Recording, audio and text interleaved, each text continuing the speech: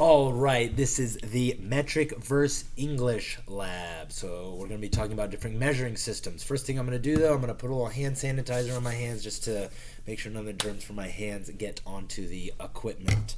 All right, so the purpose is to finally put to rest the debate as to what the most valid measurement system is, the metric system or the English system.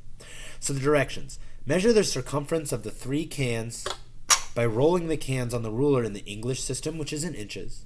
Then measure the diameter of the 3 different cans by placing the ruler on top of each can. Repeat for the metric system. Fill out the table below and graph. All right.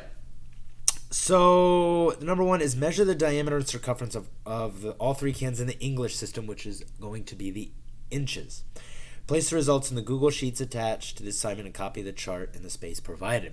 So what we're going to do is we are going to measure the circumference and diameter of these 3 cans, place it into a chart somewhere on some graphing program, and that'll give us a nice graph that we can look at and analyze. So to do this, to measure the circumference, well, first you want to know that on this ruler, well, there's the metric side and the English side. So the first one is we're measuring the English system. Now I'm going to put this so it's in view, and I'm just going to show you how we measure the circumference. So on each can, there's a little mark. So what I'm going to do is I'm going to place that mark on the 0 line right there, and I'm going to roll the can until that mark gets back onto the ruler, just like that. And then I know, okay, well, that's where the mark is. That is going to be the circumference of this can. I'm going to repeat that for the medium can.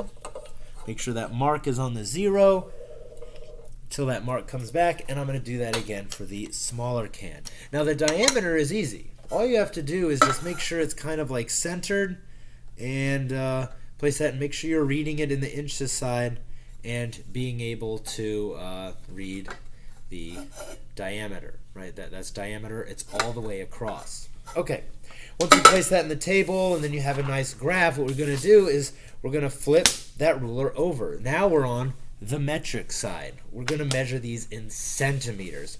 Put it in a table and get another graph from this one so we can analyze it. Same process. Just place that little mark on the 0 point of that ruler. Roll it all the way until it gets back onto the ruler. So that now I know the circumference. I mark that down in the table. I do that again for the medium. And I do that again for the small one. There we go. And then I repeat again, and I need the diameter. So I just place this and I go across like this. There you go, right? And I'm measuring the diameter of all 3 cans, the large, the medium, and the small in centimeters. Now, when I did this for the English system, now I'm going to give you the measurements that I got for these 3 cans. It's going to change based on what the cans, but if you want to do this at home or just get practice, I'm going to give you the measurements that I got.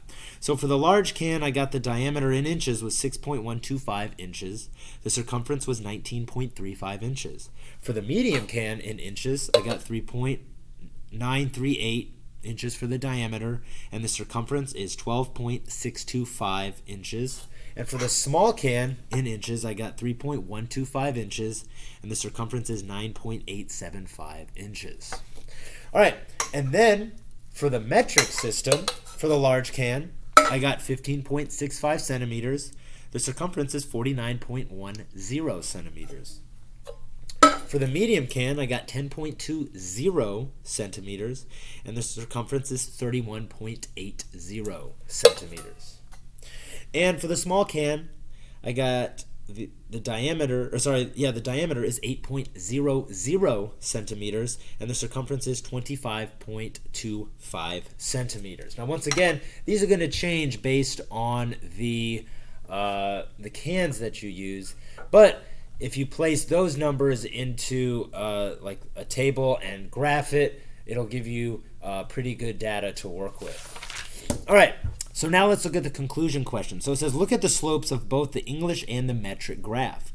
What are the slopes from each graph? What do you notice about them? Are they the same? Are they different? Are they close? Or are they far apart? Right. So once again, you have to use the data from measuring the circumference and the diameter to answer that question. And if you use a program that measures or that gives you, you can make it give you the slope automatically. And the next question is, come up with a good scientific claim to describe the slopes from both the English and the metric graph. Now remember, for a claim to be scientific, there must be a test for something. So come up with a reason. The slopes look like this. This is my claim for it. This is why I think that is. The next question is, based on the data from this lab, does the English or metric system of measurement provide a greater level of accuracy? Explain your answer. Based on the data from this lab, does the English or metric system measurement provide a greater level of precision? Explain your answer. And the last question is, based on the data from this lab, is the English or metric system a more valid system of measurement? Explain your answer. So last thing I'm going to do, just put a little hand sanitizer on my hand just to sanitize my hands again. And once again, this is the Metric vs. English lab.